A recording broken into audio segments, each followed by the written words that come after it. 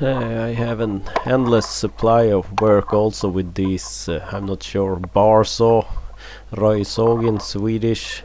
I'm not fully sure what the English name is, but it's a circular blade and you have a harness on you and kind of hook it on your side to reduce the weight you have to hold.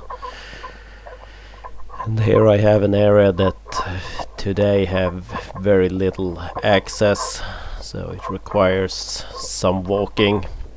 There is another way to get to it, but that requires a car ride to go around and access the forest from another area. Still requires quite a long walk if you don't have a quad or something that can follow a trail for the last little bit, even if it might be easier walking. But I've learned that you need to start from the very far end and work towards the access road, because you don't want to start walking through the young trees you cut down, because that gets tiresome quickly. I have removed all sound here because for some reason it sounds like something out of a horror movie when you record the saw. I get better sound later on. I'll give you a taste here.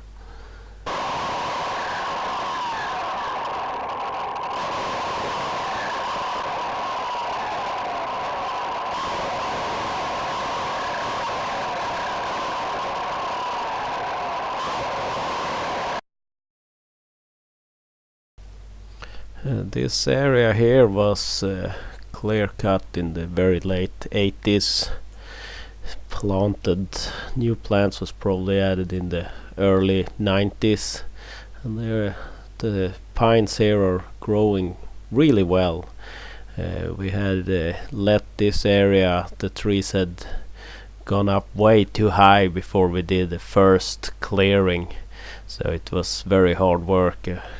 Couple of years back, I'm not sure exactly how long ago, but they were way too tall to do the first clearing, but we had let them grow really tall because the moose around here likes to eat the pine, and there were a lot of damaged pine trees then, so we're glad we let them go up. And it was a lot of them had multiple trunks coming out of the same area, so it could be 4 or 5 of them like as a clump, so it was really hard work and really tricky the first clearing we did, but hopefully this will be easier. Yeah, here we have a stream that goes across the forest. I'm just working on one side of this, and it's actually the local snowmobile club that has built this bridge, and there is a kind of a snowmobile path here. It turns up here, it follows the stream a little bit and then up into the forest, but I'm gonna leave a belt. Yeah, I found a little cute frog also I wanted to look at. Here it sounds a lot better, the saw, but I'm leaving a kind of a wall here that I'm not thinning out, so it will be kind of a barrier to not have the snowmobiles stray off the path they are supposed to follow.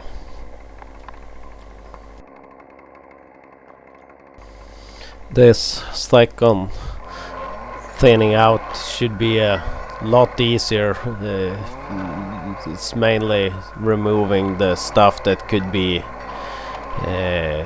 in the way for the next step, that's bringing in a small machine and have a machine thin down the trunks and reduce the number and give the ones left more room and more sun and everything. I thought I would have time to maybe get a third of this area done this summer, autumn, but I doubt it now that the digging for the internet stole so much time. But luckily that is almost done by now at least, so a video about that will come in the near future.